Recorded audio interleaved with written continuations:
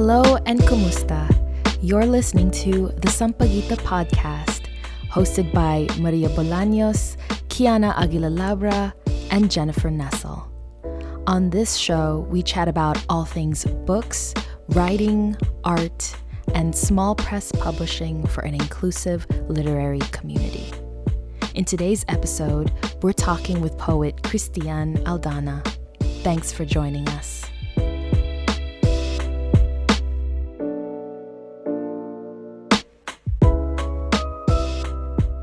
Hey everybody, thanks for tuning in. I'm your host, Maria Bolaños, on the Sampaguita Podcast. And joining me today, we have a very, very, very special guest, poet and author of the collection The Water We Swim In, Christian Aldana. Hey, Chris. Hi, Maria. Thanks for joining us today. So excited to have you here, sitting across from me in Los Angeles right now as we speak on the week of the publication day for your book, The Water We Swim In. How are you feeling?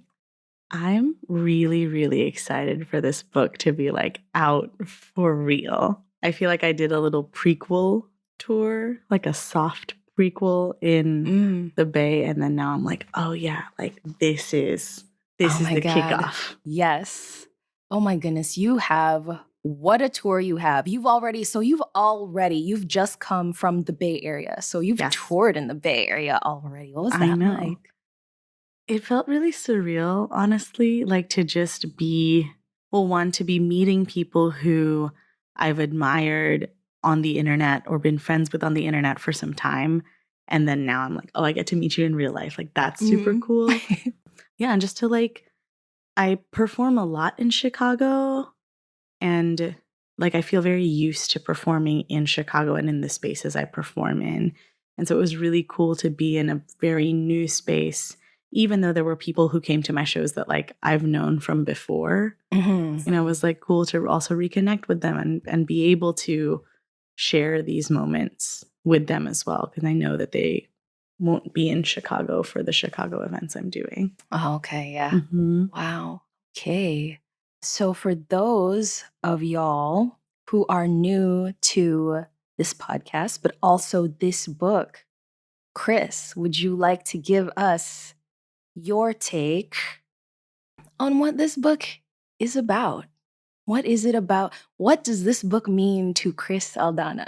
Oh, man. I know, what a question, right?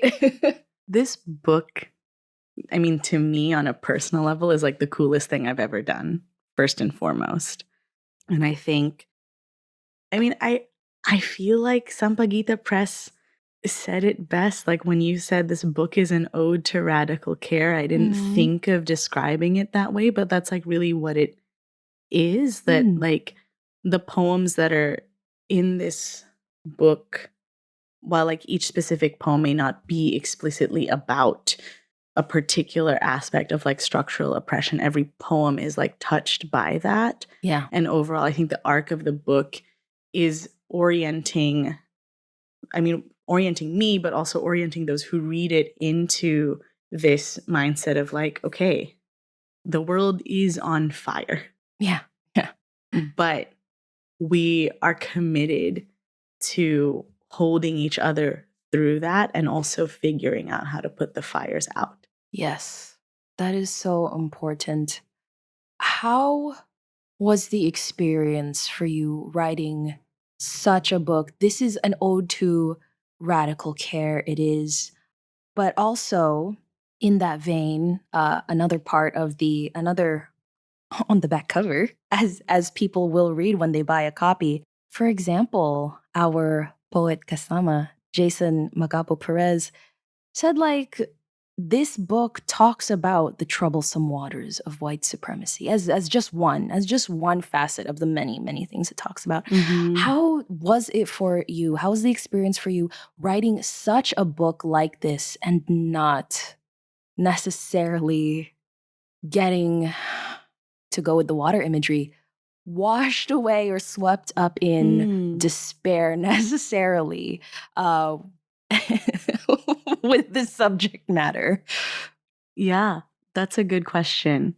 Actually, I just talked to my friend Mansi about community organizing work and how grief is very much part of that work, in the sense that, like, you have to be an idealist and you have to be incredibly hopeful to think, like, yeah, we're going to take on these systems that are bigger than us, these like structural violences, and demand change and actually like achieve that change. Like, I've seen it happen in Chicago firsthand, right?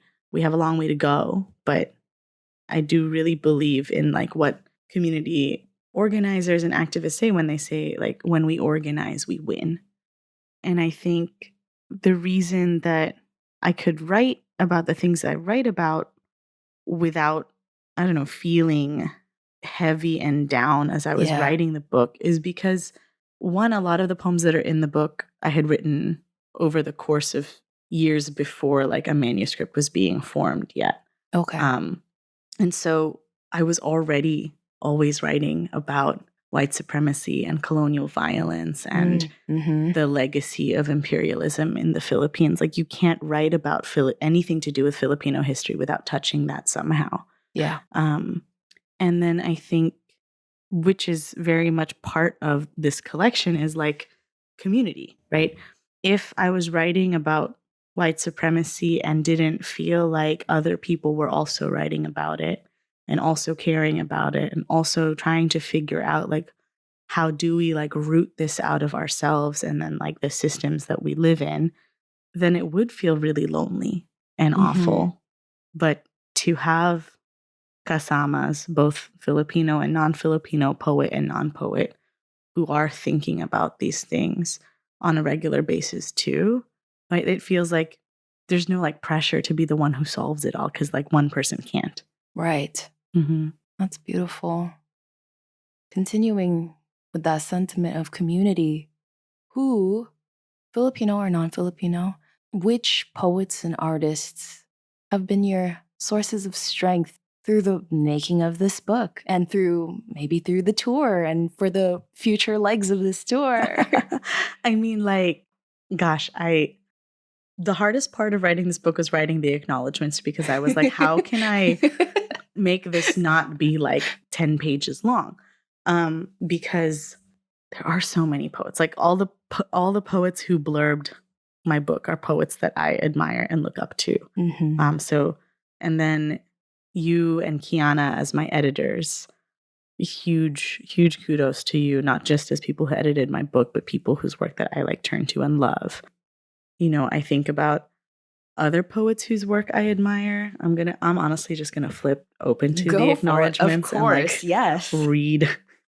read lists to you. But like Ruby Ibarra, Teresa Sigatonu, Franny Choi, Fatima Asghar, Jazz Sufi, Keolande Barrett, Jamila Woods, Jose Olivares, Hanif Abdurraqi, Barbara Jean Reyes, Monica Ong, Sarah Kay. But it's also like non-poets, right? Like some collectives and organizations like Malaya Chicago and Anak Bayan and the Asian organizers at A Just Shy, the people that I met with and learned from when I was working on the Cops Out CPS campaign, the folks at the Alliance for Filipino and Immigrant Rights and Empowerment in Chicago, you know, the legacy of the Delano Manongs, the Third World Liberation Front, like the work and the writing of Carlos Bulosan and Lorena Barros and Grace Lee Boggs and Yuri Kochiyama and Audre Lorde and Bell Hooks, and then like contemporary folks like Mariam Kaba and Kelly Hayes and Benji Hart and all these like Chicago cultural workers and organizers that are writing about and talking about and like imagining these futures that we want to live in. What would you say is one of the futures you envision for yourself, but also for all of us? I mean, we talked about it a little bit today at lunch, right? Like a future where everybody has a grocery in walking distance that has fresh produce. Future where the place that you live is actually walkable, where it's an easy choice to go to your neighborhood school because it gets the funding that it deserves. Where, or even something that feels maybe less systemic, but no less important, but like being in art and literature spaces that are multi-generational, right? Where we have less of a divide between the people who we consider to be like our elders versus like the people who are our age versus the people who are younger than us. I think it looks like, what we're building in our little group chats, right? Oh, Where yes. you can really grow as a writer without having to do an MFA if that's not what you want to do or have the funds for or the time for, like writing communities that feel like they're oriented towards abundance instead of scarcity, where like that is important. Where we're excited that we write about similar things and themes and that our work's in conversation with each other, and that feels like good and exciting and not like, oh no, like, Maria and I both wrote about the same Filipino folklore and there can only be one poem about the aswang, it looks like that too, as much as it is about like structural changes, right? Like, I want to live in a world where if you want to make art, that you can do that and like not starve. Yes. Or a world where if you are somebody who likes art, but maybe doesn't want to make that your like whole day, that within your work in a different field, that you can make time for art without it feeling like you're sacrificing something else. I think about all the people I know who are very creative and artistic, but they don't consider themselves artists and don't want to spend like, all of their brain power writing poems like maybe I do, but they do want to like have a creative outlet, but their job and their current lifestyle like just don't allow for it. Where we think it's like this, it's like a hobby that's inaccessible because it's not productive somehow. Yes. Like, I want to live in a future where if somebody wants to do pottery a lot in their spare time, that they can, because art is also fun and creating is fun, I love that. It reminds me of a line, one of my favorite lines in your book, to think about it too, just like how radical it was to say such a simple thing was to be was it to be outdated and alive. Yeah. I love that line so much. And it's just, at the same time, there's this bittersweet part to reading it. One, because frankly, we're not there yet. We're not there yet. That is a poem set in the future. But also to read it in this present, and the idea that it is such a radical thing to envision yourself old and happy. I think that's what makes me the most emotional when I talk to other organizers and we talk about like what we're fighting for, right? Yeah. Like what people are fighting for is like literally just the right to have healthcare. Yeah. Right? If you have healthcare, then you can grow old and take care of yourself. And like if you have children, be around for when they get old. Or like the fight going on right now for like trans rights, just to be able to live in this as the self you want to live as, and like have people respect that. I feel like we're fighting for so much basic shit. Yes. And definitely like that's the hardest part for me about doing any kind of political work, is if I think about it too long, I'm like, this is so basic. I just want the right that everybody can like feed themselves and like with nutritious food and have enough time in their day to also rest and not have to worry about, can they pay the bills this month? And I want it to be that if I come home late and the sun is down, that the lights on my street are on. I want my public transit to run often enough and be funded well enough that like I can afford to not have a car and like just take the bus, and also not feel wary about like having to just like wait in the elements for 20 plus minutes for one to come.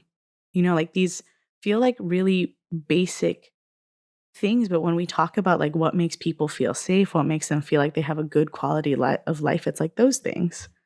Like baseline, can you enjoy the people that you love in your life and the spaces that you have in your life? Yeah, actually, maybe I should read the poem because I feel like it answers your question of like, what Please. is the future, right? Yes. So I wrote this poem after a protest that happened in Chicago that I may or may not have witnessed firsthand. Who knows if I was there or not. Ooh. And I just ambiguity. you know, for legal purposes.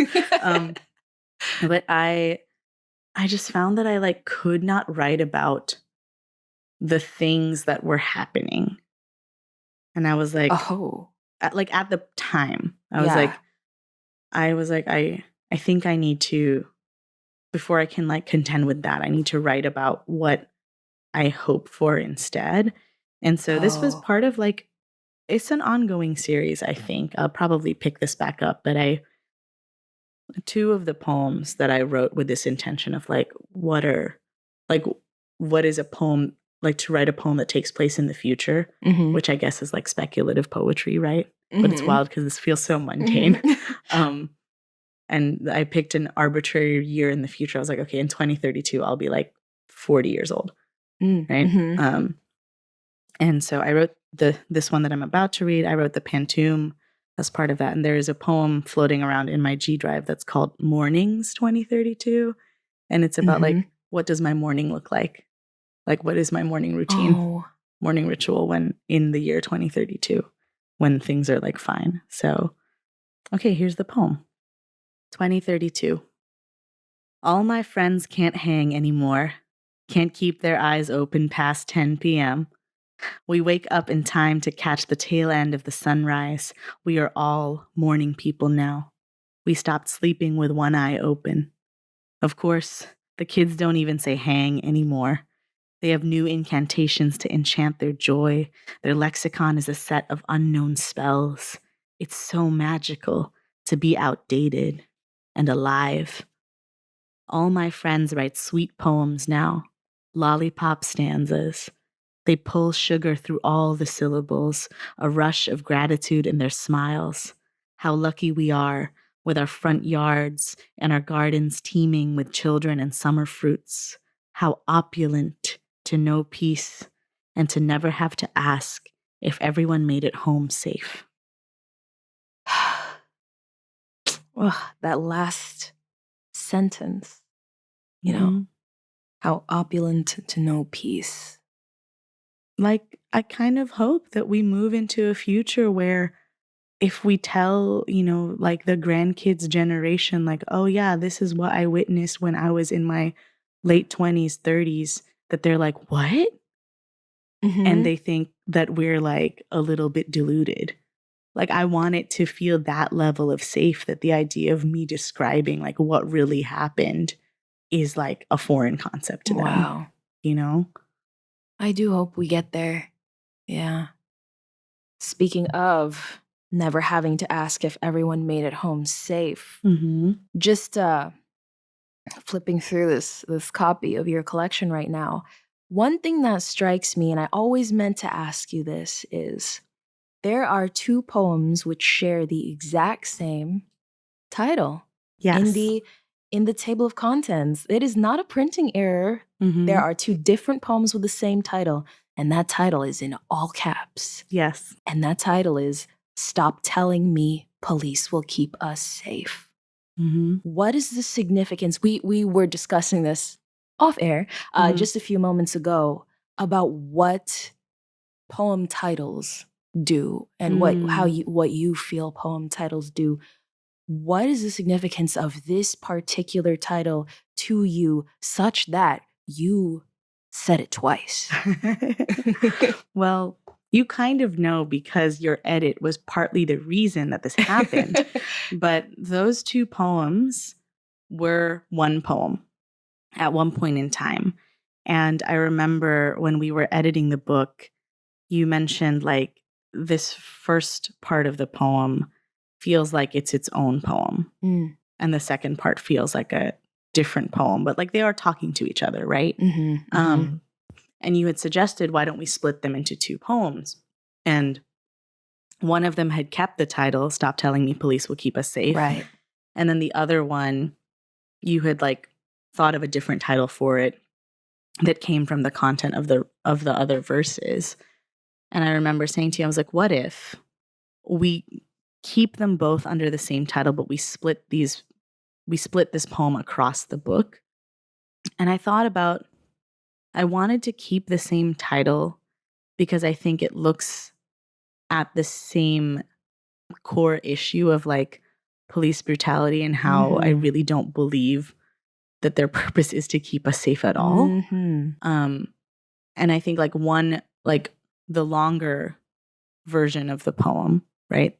The one that appears second in the book is much more about specific, like unraveling specific instances and thinking about like, okay, I feel unsafe, but my option for safety right now, if it's not the police, then like, is it me buying a knuckle duster to feel like I might be safer, or like to carry mace around? Or is it maybe safety that I can find somewhere else? And then I think the first time that Stop Telling Me Police Will Keep Us Safe appears in the book feels kind of like a litany of a bunch of things that just like pissed me off. And like that's how the poem started. I was like, I'm mad about this stuff and I don't know how to write about it. And so that entire first Stop Telling Me Police Will Keep Us Safe poem in the book was actually just my notes.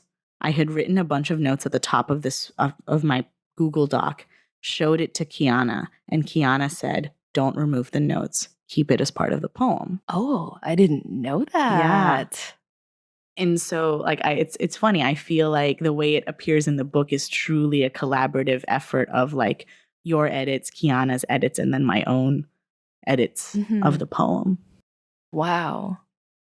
I personally feel as a reader going through these poems, I do personally feel like a core question, maybe core drive in the book is looking for safety, trying to grasp safety or manifest safety, find safety somewhere.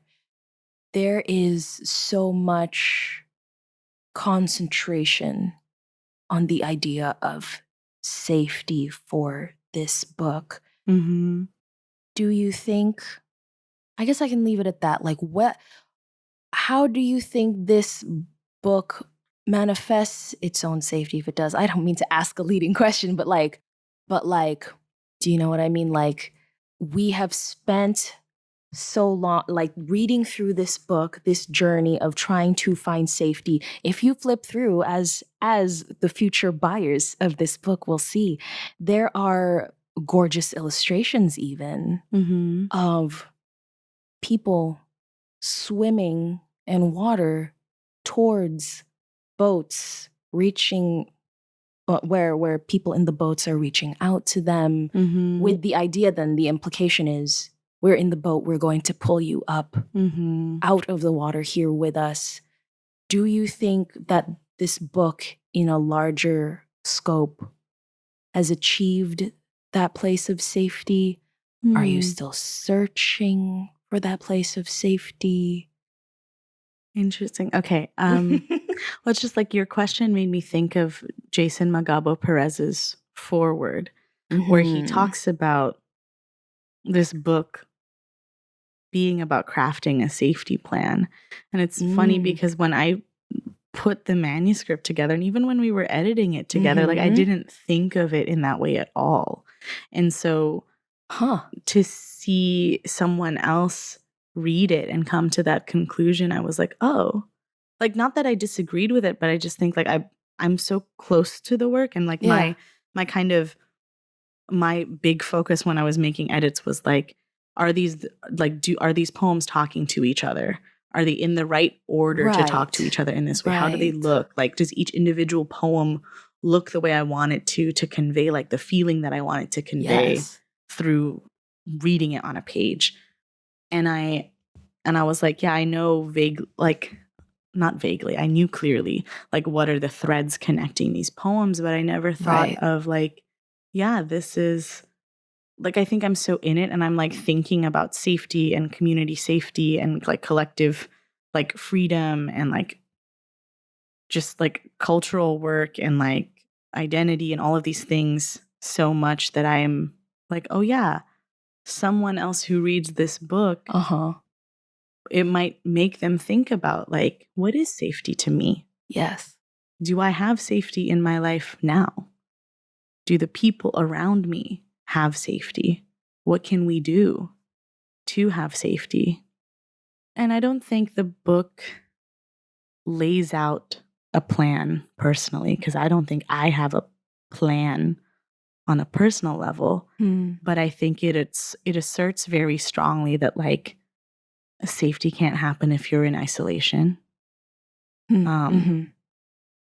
That there is a safety that comes from being in like shared community with people, and not just like community of convenience or default, but like intentionally building community in a way that allows for that safety. I think if nothing else, the book or the poems in the book are like me asking myself and, you know, by extension, asking the reader, like, what are we going to vision together Yeah. based on what we know we need on an individual basis, but also what we know is needed collectively? Mm. I love when works really call upon and activate the community.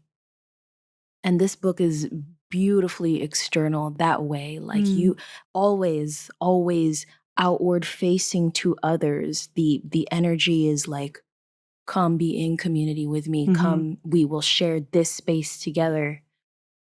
But switching gears a little bit to the internal waters. Oh God, there's so many. I know, right? So many emotions in the water we swim in. How would you say, how would you, in summary, as if we could summarize, in summary, how would you describe the internal waters you had been navigating through the process of creating this book? I mean, a lot of self-doubt, you know? Like, I think it wasn't until I was asked about a manuscript that I even thought my poems had common threads, if that makes sense. Like, obviously, Oh, I know that I knew abstractly, like, there are things that I keep coming back and writing about. But then as I was assembling the poems for this book, and then also writing some new poems to go to like help with the cohesion, or like the new poems that came out as I was like deepening my relationship to some of my older poems. yeah. Like I think like I had a lot of doubt around like, you know, do I have a body of work? I think that was like a thing that I thought about a lot. I was like, what are the themes in my work? Like, are there threads here, or are these just like word vomits of my thoughts? You know, like that. I think I know that I'm not the only writer who has ever like thought this about their work, right? But it was cool to like put the poems together and be like, oh wow, I used this kind of imagery to talk about this kind of thing a lot. You know, to see, yeah, like I think I've said it for like, to see like, oh, my poems are talking to each other, even if I didn't write them one after another, Yes. right? Yeah. And then I think there was also, and still even now, especially as I'm like, this book is like a physical object that someone can like take with them and like reread, right? I'm like, there's some like vulnerable stuff in this book, right? Like Yeah. where every poem is about something that's a little bit bigger than just the I in the poem. Yes. But still, you know, as we talked about earlier today, like the way there is always part of the poet in the poem. And I do struggle with the idea of somebody deciding that they know me Ooh. because, or they know what's going on with me Mm-hmm. because they've read poems where I use I. Classic reader mistake. Assuming. Mm-hmm.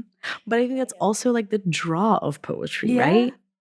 Like the vulnerability of it in like poems that feel like that like carry narrative, or poems that like surface a personal experience or like emotional interiority. Is that a word? I don't even know. Where you're like, oh, I feel like I'm in somebody else's mind. And I feel like that is an attractive thing about poetry as a genre, like as someone who reads poetry, right? But then also I'm like, yeah, it's like all of these poems are my poems, but just by virtue of them being out in the world, like I can't control what a poem of mine might bring up in someone else.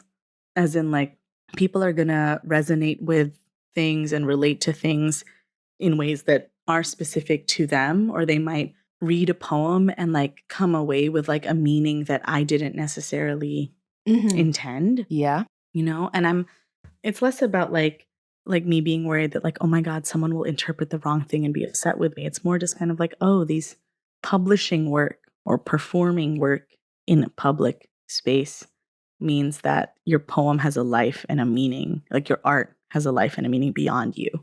I agree. Because you're like, now you're sharing it. Yes. With the world, strangers. And that is both like an exciting and scary concept. Have you had this experience? Have you observed this phenomenon in yourself now that you have produced a book? Or am I strange and alone in this? There's no other way I can describe this, but do you sometimes forget you've written this book?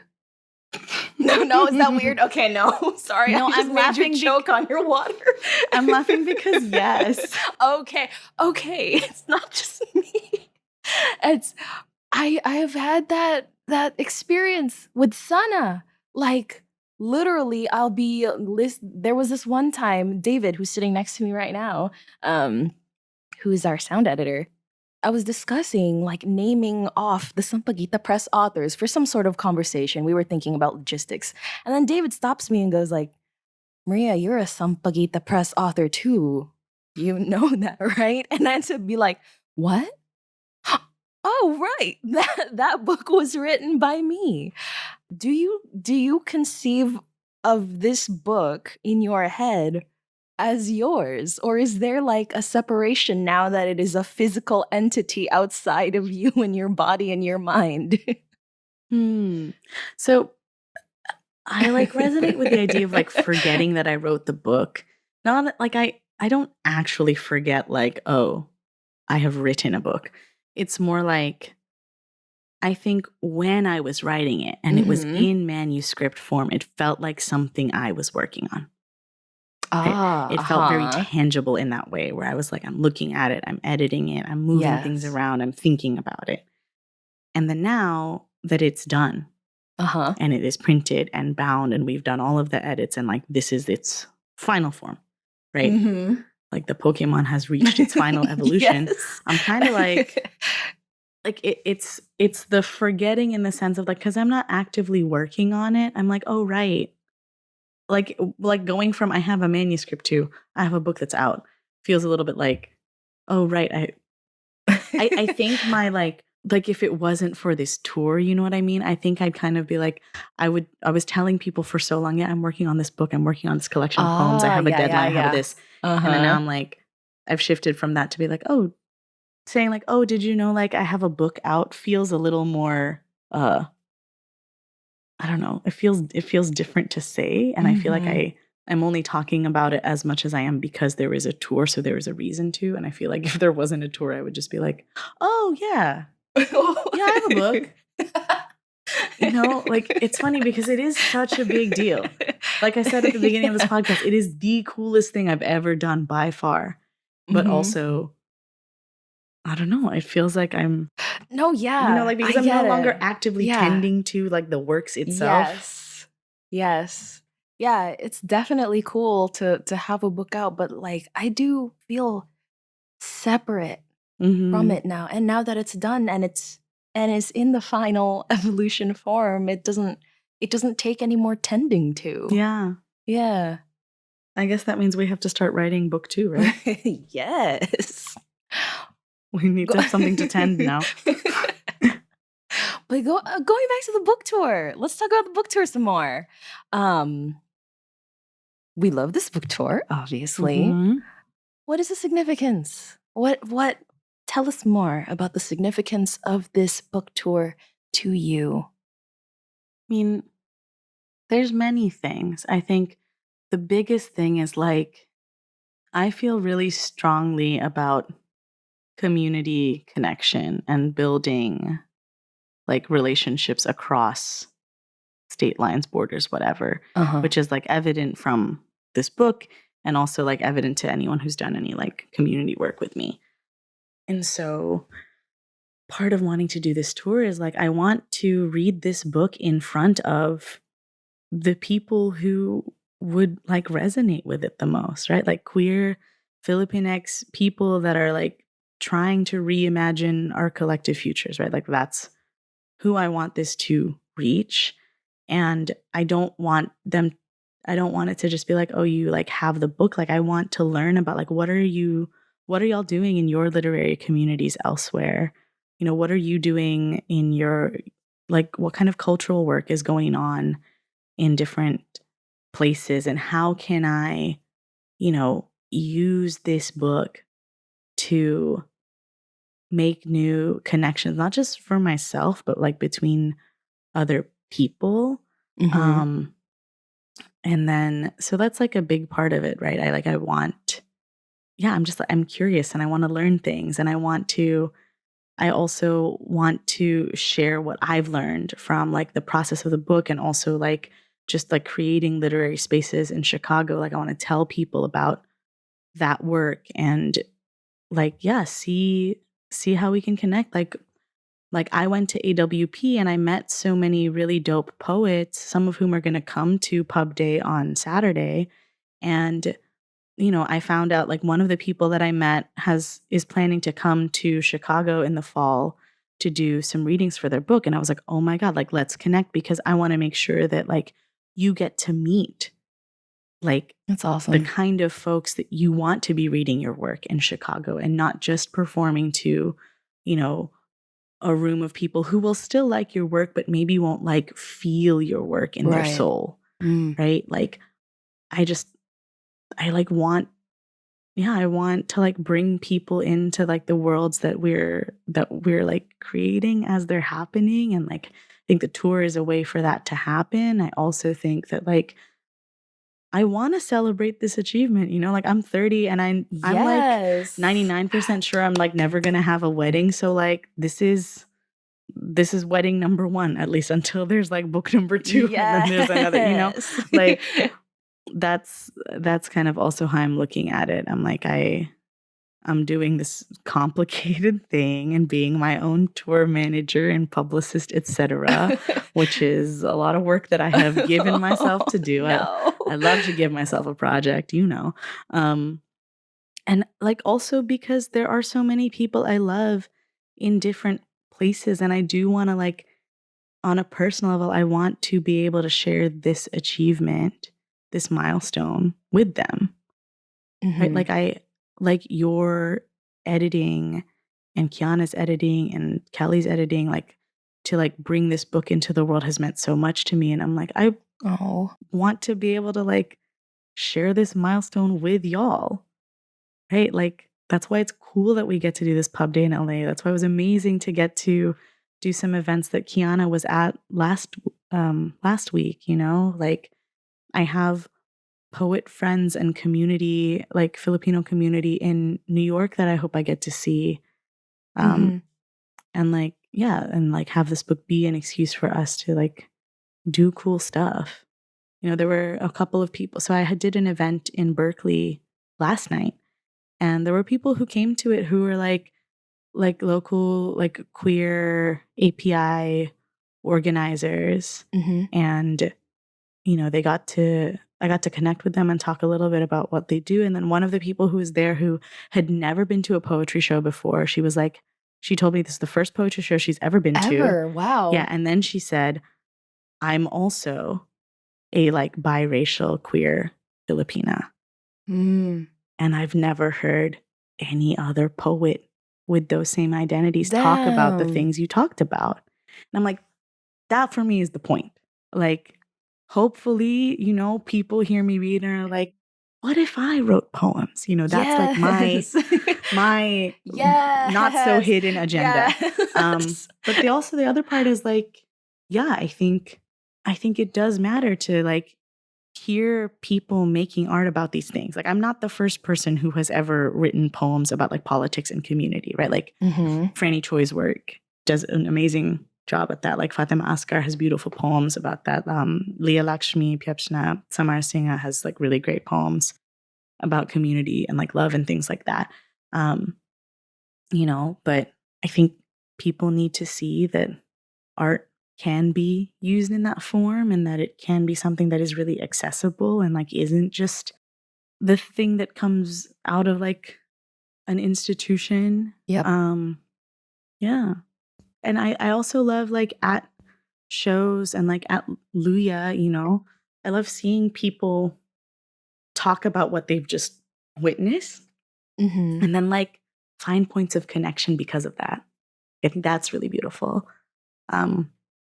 Yeah, and I love reading with other poets and like having like being able to share a stage with people so that new people can come into their work too. Yes. I love that. Not to put these two in juxtaposition and therefore put, you know, imply some sort of contention between the two, but you did mention that it was really important for you to show that this art form can be accessible to people, and like the whole fucking point is like people hear you and go, I resonate with this voice. I feel like that makes me feel like my voice has a place too, and what if I write poems too? And that's particularly striking to me, especially like I think because none of us at this table right now have an MFA, I don't think. So really all of this truly is just us telling ourselves we can do the thing. Yeah. Yeah.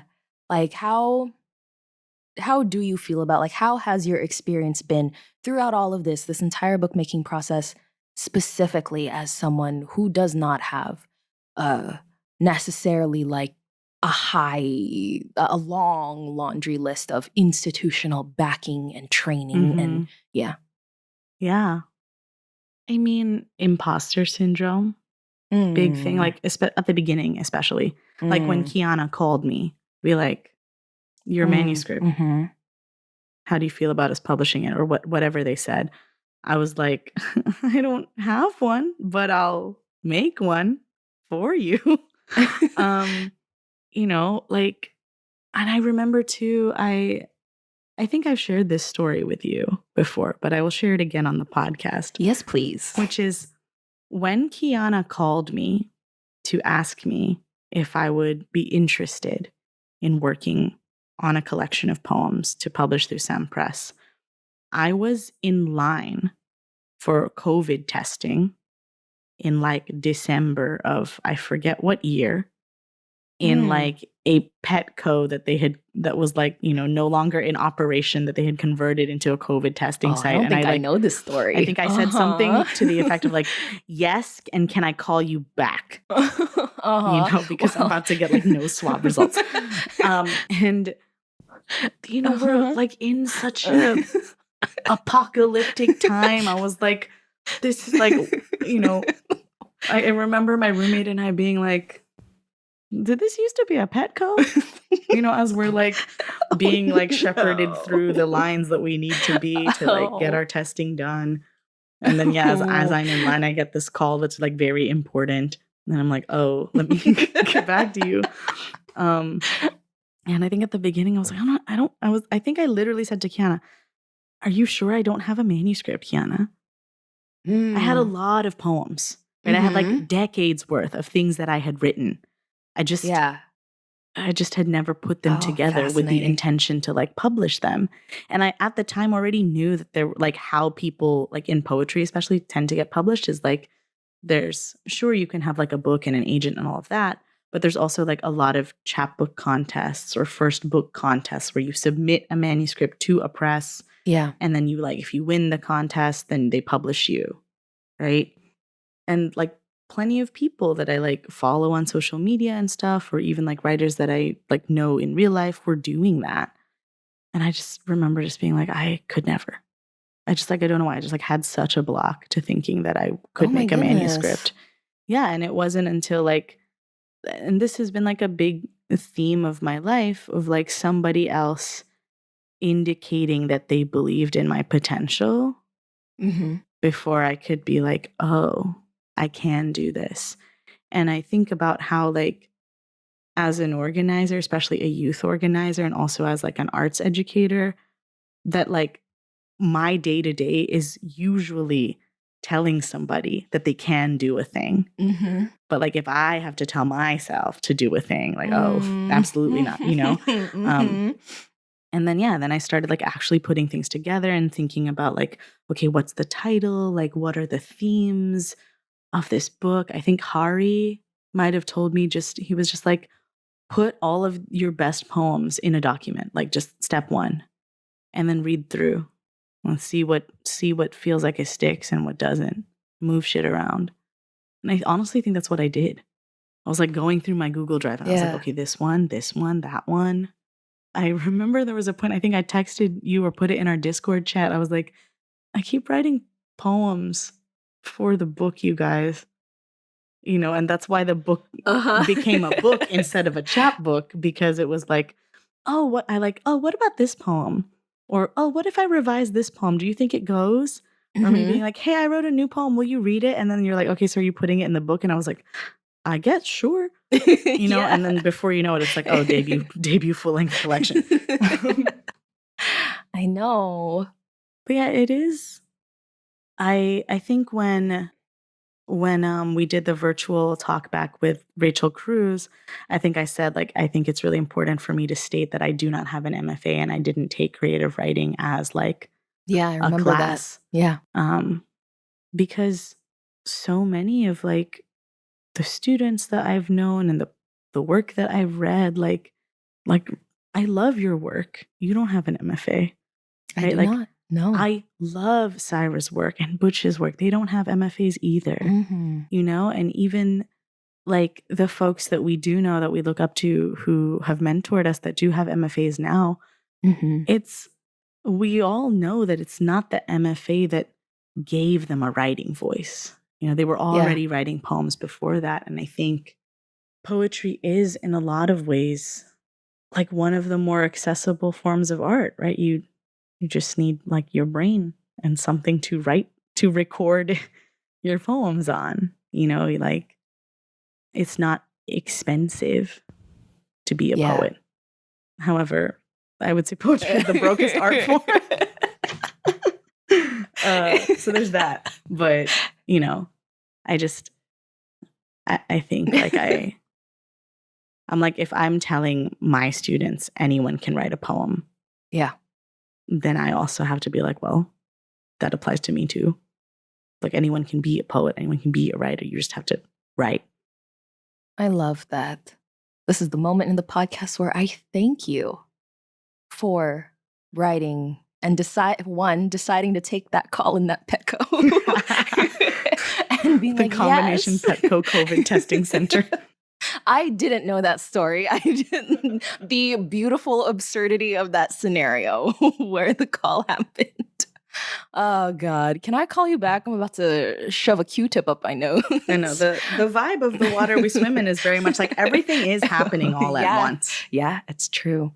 But yeah, like, to give the listeners more context to especially how this book came about, and to give you a little context, I suppose, is when Sampaguita Press was starting out, truly, truly starting out, as in we had just decided on a name and that was literally all. Nobody knew us. Literally nobody knew us because we didn't exist like the week prior. Mhm. And we were just like, who do we know? The entire thought process was, one, who do we know? Who's in our community? Who do we trust? Mm. Because it's important to draw that circle in the sand immediately and be like, this is our safe space right now. We were declaring this right now. So who do we know we can trust right now with the birth of this thing? Mhm. Question number 2 is, okay, whose work do we love? And that was a huge, huge list. And we were just like, okay, well, yes. If we had all the money in the world, we would publish all these people tomorrow. Mhm. But And the also third if you could like clone yourself several times. well, yeah, there's that. There's that. But the third question was, and this was honestly the most important thing of all, I think, in some ways, is who do we honestly, in the safety of this room, Keana and I sitting, talking to, okay, Mara, safe space right now. Who do we know that is brave enough in their love to say yes to us? Mm. Who do we know who's gonna be like, fuck yeah, I can be fearless with you guys. Like, Mhm. I don't give a fuck that you just declared yourselves a thing right now. I don't care that you didn't exist before. I don't care that there's no body of work you have to present me, Mhm.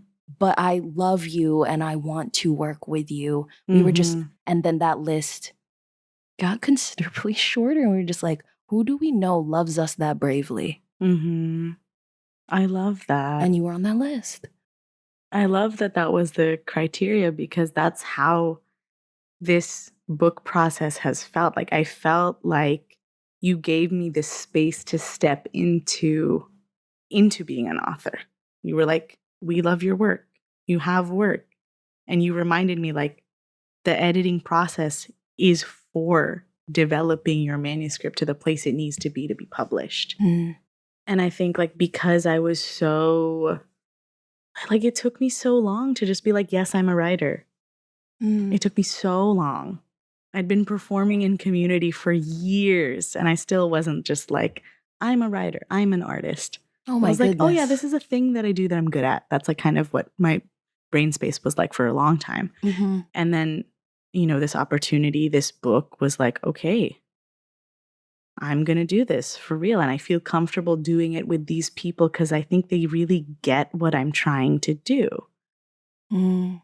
Mm. You know, like I think I was telling somebody the other day, like, so Luya is a really good example of like my approach to like art.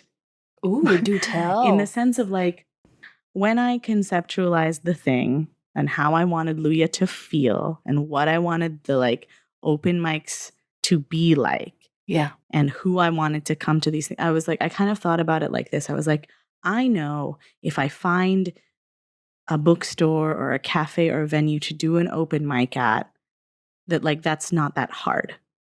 As in like I know I Okay, can go do that. I can find a cafe and bookstore to like say yes. Mhm. And I can run an open mic once a month, every month. Mhm. But I was like, if I'm going to spend my time doing this thing on my own, I don't want it to be like every other open mic I've been to. I want it to feel like this. Ooh. And that's kind of like why Luya is the way it is. Like it doesn't like an open mic doesn't have to have a DJ. It doesn't have to feel like a party. It doesn't have to feel like the way Luya feels where you can get 50 people in a room and there's only 10 open mic slots and like most of the people there are not there to read. They're there because they enjoy the feeling of the space and being around other people sharing in this like art space, even if they have no intent to ever write a poem in Wow. their lives. Yeah. Most of Luya's audience, not poets. Wow. And I wanted it that way. I was like, how do I make a poetry show, right, where people who are not poets want to go? Wow. that was always the intent. I was like, I could just have a poetry open mic every month, but I was like, I don't really want to spend my time doing just a mic like everybody else. I want it to feel like this. Like I wanted to do something that felt exciting to me, because I knew, like, with my own motivations as like a person, right, and having like ADHD and all of that, I'm like not going to be able to like sustainably do this if I'm not excited about doing it. So coming back to the book, right, when I was like, okay, I'm going to make this manuscript and I'm going to submit it to them. So then, what manuscript can I come up with that takes advantage of the fact that I have these two brilliant Filipinx poets who are going to be the ones editing it? Oh. Right? Like, I have a bunch of other poems about a bunch of other stuff, but that's not what's in the book for a reason. I was like, okay, that's beautiful. The book I want to write is about these things, and I think I can do that with Sampaguita Press specifically. And so that's why it's this book. That's beautiful. It's like so similar to how Luya goes. It's like, I'm not going to spend my time doing this thing if it's not this thing. So similarly, I was like, I don't want to just write a book of poems to have said, this is my debut collection. I was like, no, I want to write the book of poems that is not possible unless it's Sam Press. Wow. Oh, all the more reason I love this book. Oh my God. But with that said, I feel like this is a good, loving spot to, if we can request you to give us a little reading. Okay, I can do that. Yes, please. Before I read poems. Oh, okay. I want to read the dedication, and I would like to read the first 3 like quotes that open the book. So the dedication says, "For my kasamas, for my friends who have made this city feel like home, you have cared for me, politicized me, challenged me, danced with me, believed in me, and shown me that a better world is possible. You are building it right now. Salamat kaayo."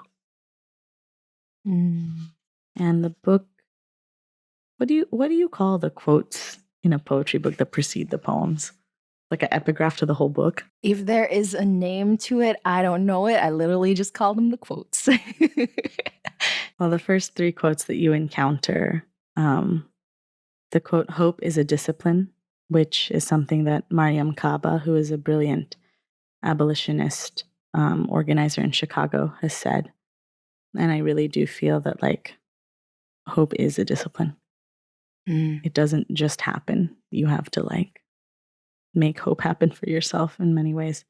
The second is part of Rocky Rivera's verse from Us, the part where she raps, "They got evil plans in the devil's hands, but I don't pray because I organize. They got new ways to impose strength, but I teach mine how to mobilize." And the very last quote is an excerpt from a poem by Hari Aluri.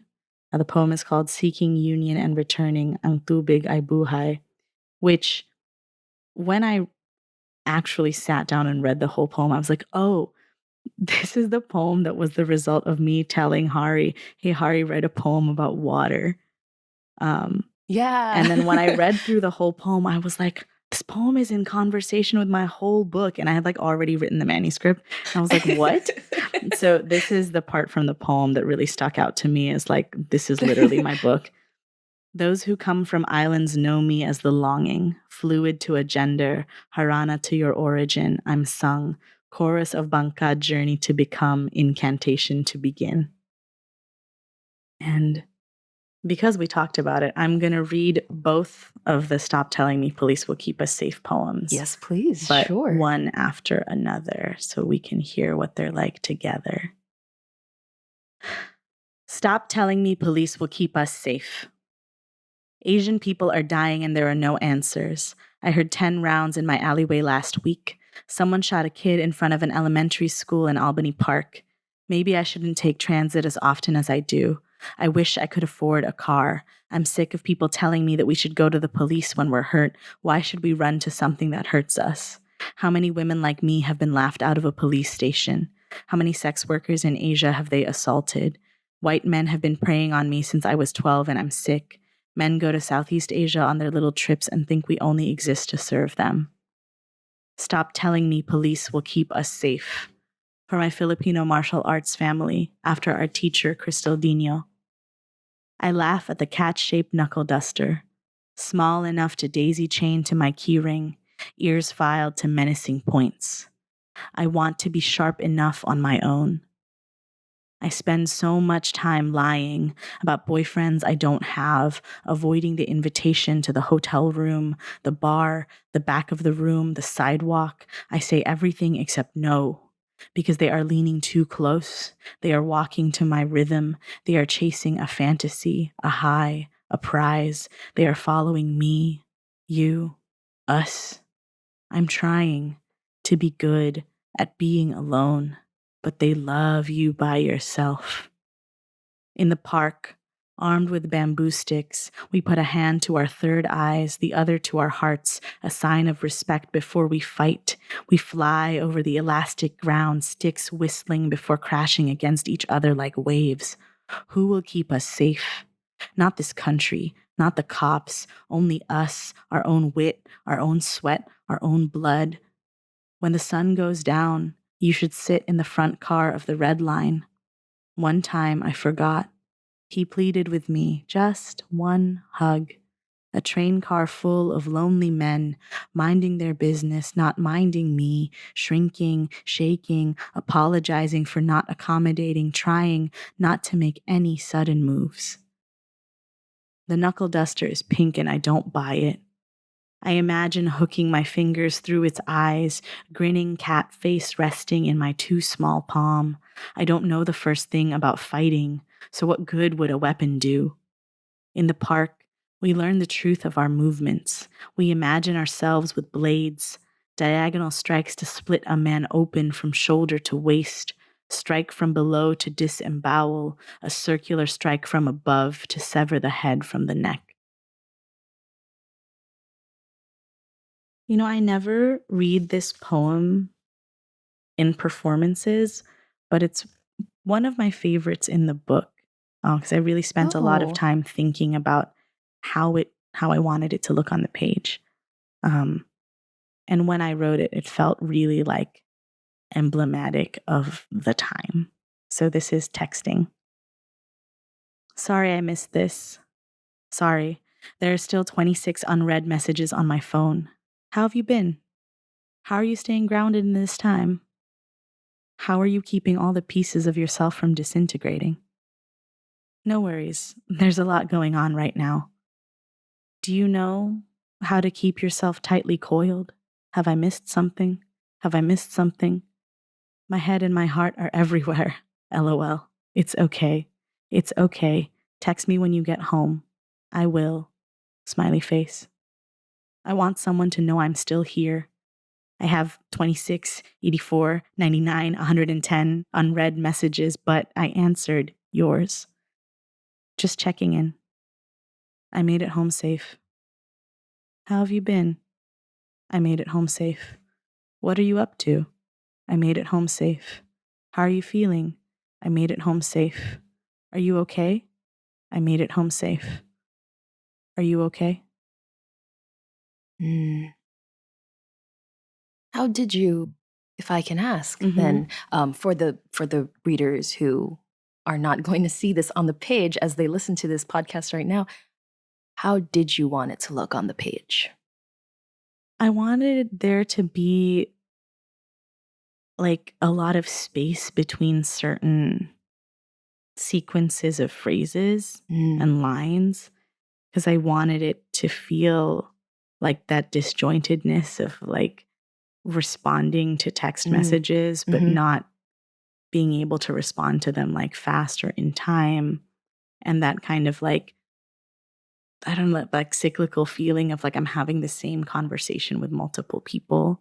Because that's like the core of our conversations these days that are like, oh, I missed your, I'm sorry, I missed your text because I was like freaking out about the state of the world or like, you know, how are you feeling? How have you been? Are you okay?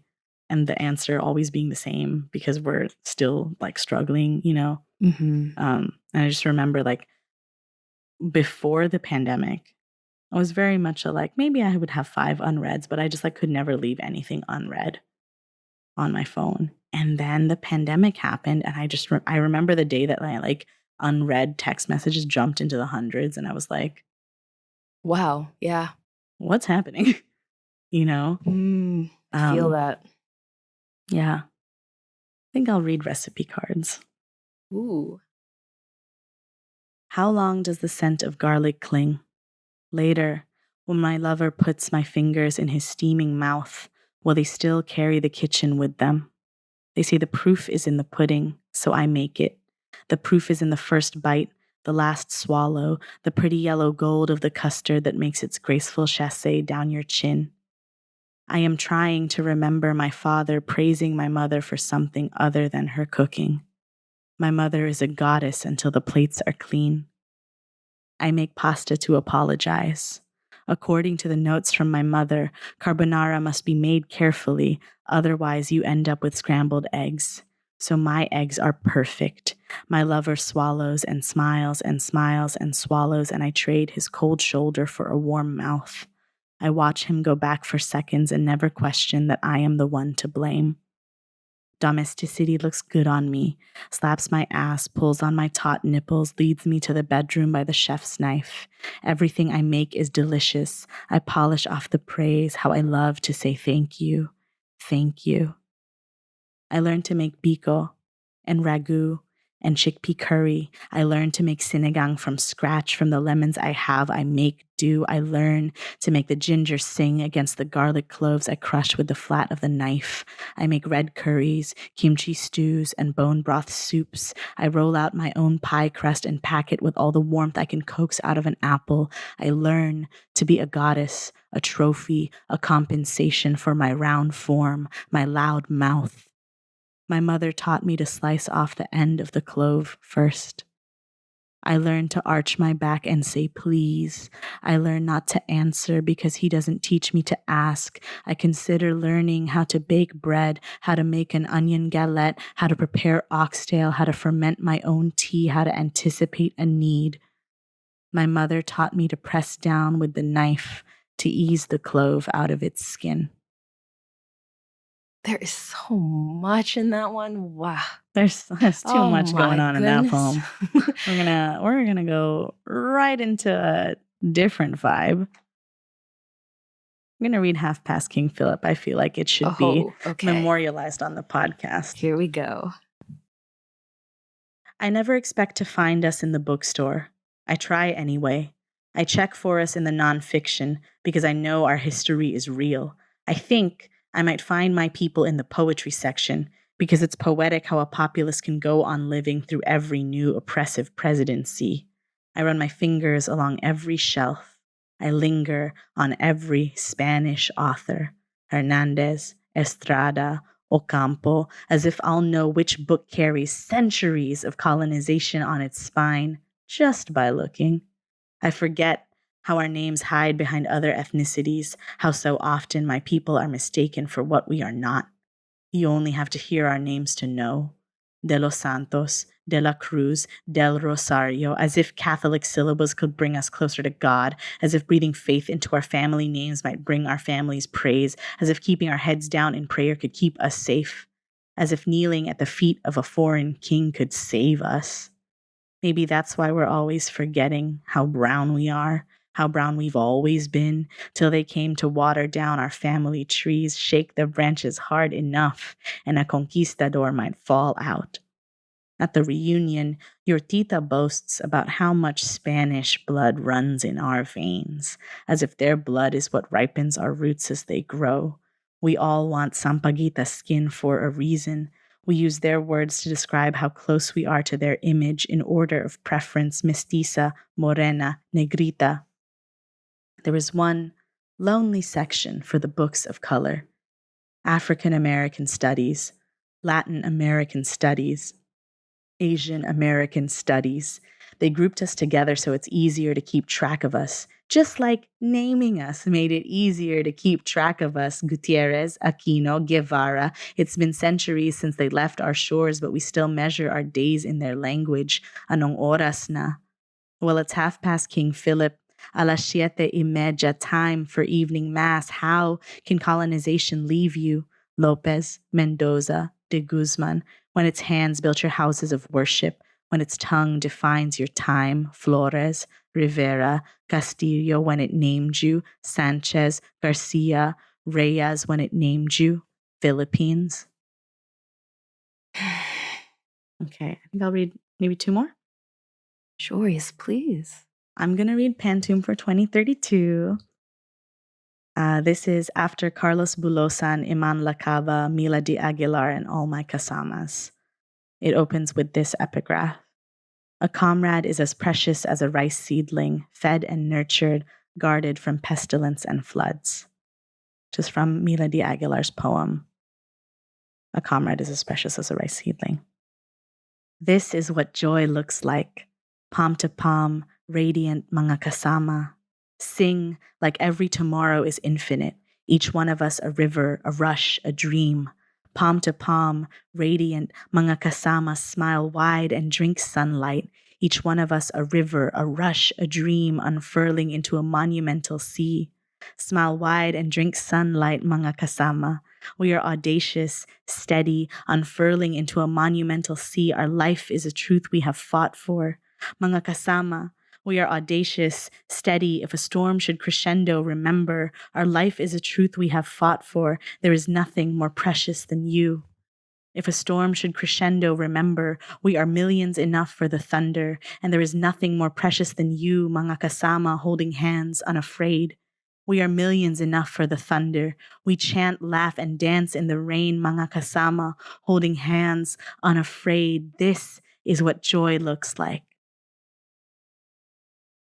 And then I think I gotta read, to close out, I gotta read the poem whose title has the book title in it. This is Villanelle for the Water We Swim In. There are so many different words for blue. Azure, turquoise, teal, navy, aquamarine. When will I return to the ocean? Where will I find words to describe such a loss of heart space, of past and future and all between? There are so many different words for blue. My small life stretches itself across borders and time zones and screens. When will I return to the ocean? I ache for memories, for islands to cross, the remembrance of something blessed and green. There are so many different words for blue. How many tender words can I say without cost? What do we sacrifice to oil this machine? When will I return to the ocean? In the belly of the beast, I am wary of my thoughts. I dream of water, of something that is still clean. There are so many different words for blue. When will I return to the ocean? Snaps. Oh my God. I have an idea. Idea. Maybe this can be a future Sam Press podcast tradition. Okay. Which is that every guest has to read a poem that's not in their book, that maybe is a poem that will be in a future book. I like that idea. Shall we start this tradition now? Yes. Okay. Every single poem in this collection is so beautiful. Every single one, like I have to pause at the end of the page and just be like, I need a moment to express this in my, like, to express this emotion out of my body right now. Me after writing the poem every time, just like, okay, I need to go take a walk. Yes, right? Mm-hmm. Oh my goodness. Oh my goodness. This poem, which hopefully is in the second book, a future book, is called Kapwa. They remind me that booster shots are now available and it's time to book one, though we haven't had time for ourselves in so many days. They bestow on me an offering. I want you to be safe. Another tells me of the small bird that has become something of a coworker. Yes, a real bird, plumage so beautiful it feels almost rude, hopping and gently pecking at their keyboard, a new rhythm to soothe their thankless labor. We gather in backyards, hoarding the last few days of Chicago's fleeting summer. They feed me with rice, jokes, skewers dripping sweet and sour, ice cream churned by their hands. They fan the smoke from our tiny charcoal grill and grin up at me. They send me voice notes from another coastline, soft murmurs for now instead of the embrace we so desperately need. I melt into my headphones at how, after a day of being the refusal in a defective system, they still want to hear about my day. On my best days, I am the shape that they leave me in, something full of hope for tomorrows that we may not see, but fight for anyway. They sit with me in the cafe, whether I need to speak or not, a warm body to remind me in any season of what love looks like in public, in private, in the scattered moments that we reclaim from our rigid schedules. On my worst days, I have to believe I can be bigger than the things that have harmed me. On my worst days, I think that I must have done something right to be loved so well. So on my worst days, I think of them. I go on living. All the world is calling us to be somewhere else, and still we give each other the minutes we have to spare. Laughter while our coffee cups turn tepid, tight caresses that are too brief before the meeting starts, crying on transit cars and passenger seats, dropping harvest bags and hot meals at our doorsteps. I ask all the time, when is it that we get to be tender? Memory fails me until I see their faces, a softness of spirit we can fold into before we brace for disruption once more. Oh my God. When did you write that? Is that new or have you had this for years? Another one. I wrote that in 2022, probably during like round 2 of edits for the book. Oh my goodness. Like as we were doing book edits, I just like kept writing all these new poems or starting new poems. And I was like, these don't go in the book because it's already too late. But also we can have many books. Yes, we can.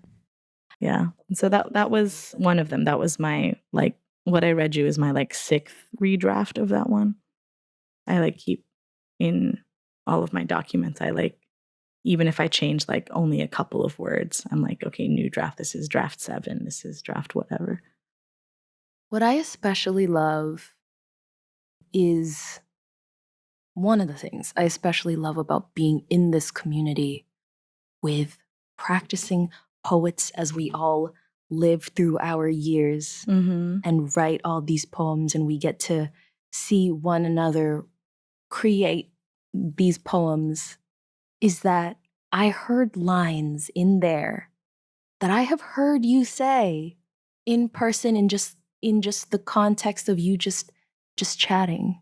So to hear the lines that I have heard you say just in conversation now re-echoed in poem form really makes me feel like I am privileged to see not just the poem that has been created, but also I get to witness the person and like the life that is the source of these poems. I think it's just so magical because I go like, I don't know, it hits harder because it's just like, you said that one time and it made me feel this way, and then I heard it again, and now I get to remember all of the different contexts that we have all lived through, the Discord chats and the things like that. I think about that, like that's what our, like the little writing community pocket that we've like created over the internet and are only just now getting to see in person. Like that's the thing I love about it, right? Like that I can have seen an early draft of something like months ago and then like have all of these conversations in between that aren't necessarily about that poem. And the next thing I know, I see it published and I'm like, oh, I feel like I connected all these dots in my head. I'm like, oh, dang, like, that's you know, the feeling. Syra and I talked about this and that and like, oh my God, it made it into the poem, or, you know, Hari mentioned this and now, oh my God, it's in a poem. Or like, when we were doing our email chains where we were just trying to write every day and seeing like what was essentially people in our community like drafting their manuscript through this, like that's cool. Like that's what community in writing is to me. You know, when Same people here. talk about feeling like writing is solitary. Like I understand up to a point, but I'm like, I'm so invested and obsessed with all of my friends' work. And I want to read it multiple times at whatever stage it's in. Because it like makes me feel like I want to write. And I also just like love celebrating their achievements. And I feel like it also keeps like in a, career way or whatever. It like keeps me on my toes. I'm like, okay, there are people around me who are like making work, making things happen. Like, I should, get off my ass, do some things. My heart does honestly break for those people who do say as if it's a given that writing is isolation and writing happens in isolation. It's like, it makes me think it like if you literally mean you putting pen to paper is you in your bedroom or wherever it is you write alone, I'm like, okay, I get that. I'm like, are you describing a literal phenomenon, or do you really mean the entire process is lonely? Because part of the process for me is this conversation, is our group chat, is updating each other on our lives, plus being like, hey, will you read this poem draft? Like that's part of the process of me being able to write a poem. Even if it's like not sparked by any specific conversation thread that we had, it's still like we're constantly learning from each other. And I think it would be really arrogant to say that those learnings don't show up in our work somehow. That's true. That's true. Yeah. But also, we really do have to break down this myth of that, you have to do everything by yourself. I don't think anything that has ever been worth doing has been done by only one person alone ever, right? Yep, exactly. I love what Cyrus says a lot. They say that writing is communication. So how can you communicate if you're not in some kind of community? Yeah. Right? But yeah, I feel like maybe this idea of the writer as a solitary figure feels very, I know that there's patriarchy embedded in that. I know there's perfectionism in that statement, like that it also stems from like Western ideas of like individualism in art as a whole, right? There's a lot wrapped in that statement. But like if there is a literary, I don't know, critique hill I'm going to die on, it's the writing is not a solitary activity. I'm on that hill with you. Hot take. I'm on that hill with you. Anyway, yes. Thank you. Thank you so much for the honor of this entire episode. Would you like to close us out with letting listeners know what is coming up for you in terms of the water we swim in? So by the time you're all hearing this, the book will be out. It will be out. Yay. Physically. Yes, it will. Go buy it. Go buy it at, where can we buy it? We can buy it on the major, book retailer websites. You've got your bookshop.org, Barnes and Noble, Jeff Amazon, Bezos's Hellscape. That too. But also where can we find it? You can get it at Women and Children First bookstore in Chicago.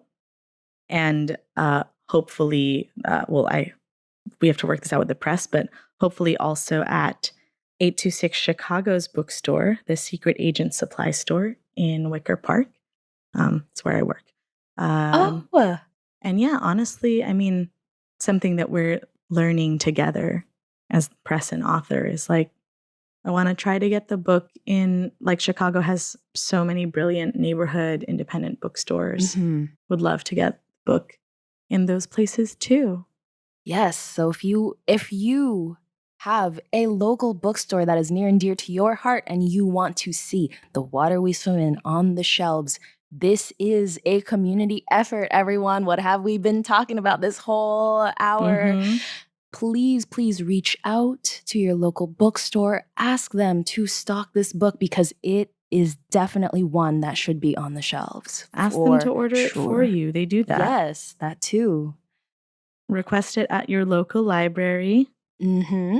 I recently requested Rachel Cruz's God's Will for Monsters Woo! to be included in the Chicago Public Library system. Oh my God. And yeah, it's easy. You can easily request books like online. Literally go to the Chicago Public Library website and you can request it there. Where should listeners be following to keep up with where these where and when these events are happening? Any further news? Getting in touch with you? Yes. Okay. So I am on Instagram and Twitter. My handle is XTIAN_AS. So like my full name, Christian, but instead of the Chris part, it's an X. So that's Twitter, Instagram. And then if you would like to request to do some kind of event with me, you can email Sampaguita Press. Oh, yes. at gmail.com. You could even request to do an event with multiple Sampaguita Press authors. I think that would be cool. That is a thing we can do as the publisher, of course. There's possibilities. Yes. All right. Thank you so much. And with that, I think that's our show for today. Thank you so much for coming all the way to LA, for spending time with us, for reading your brilliant and powerful work. Thank you for sharing this space. Thank you so much. Thank you.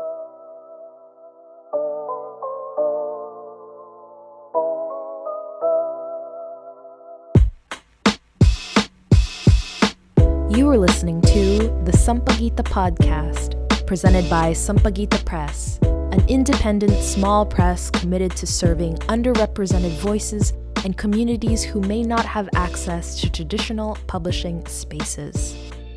We publish works by and for artists of color of all genders and LGBTQIA+ identities. If you enjoyed our show, please consider supporting us on patreon.com/SampaguitaMarias, where select patron tiers will get access to exclusive extended cuts of every podcast episode, as well as access to community events and all our publications. You can also follow us on Instagram at Sampaguita Press and visit our website, sampaguitapress.com, to join our newsletter to hear about all our latest updates. From all of us on the Sampress staff, maraming salamat. Thanks so much for listening.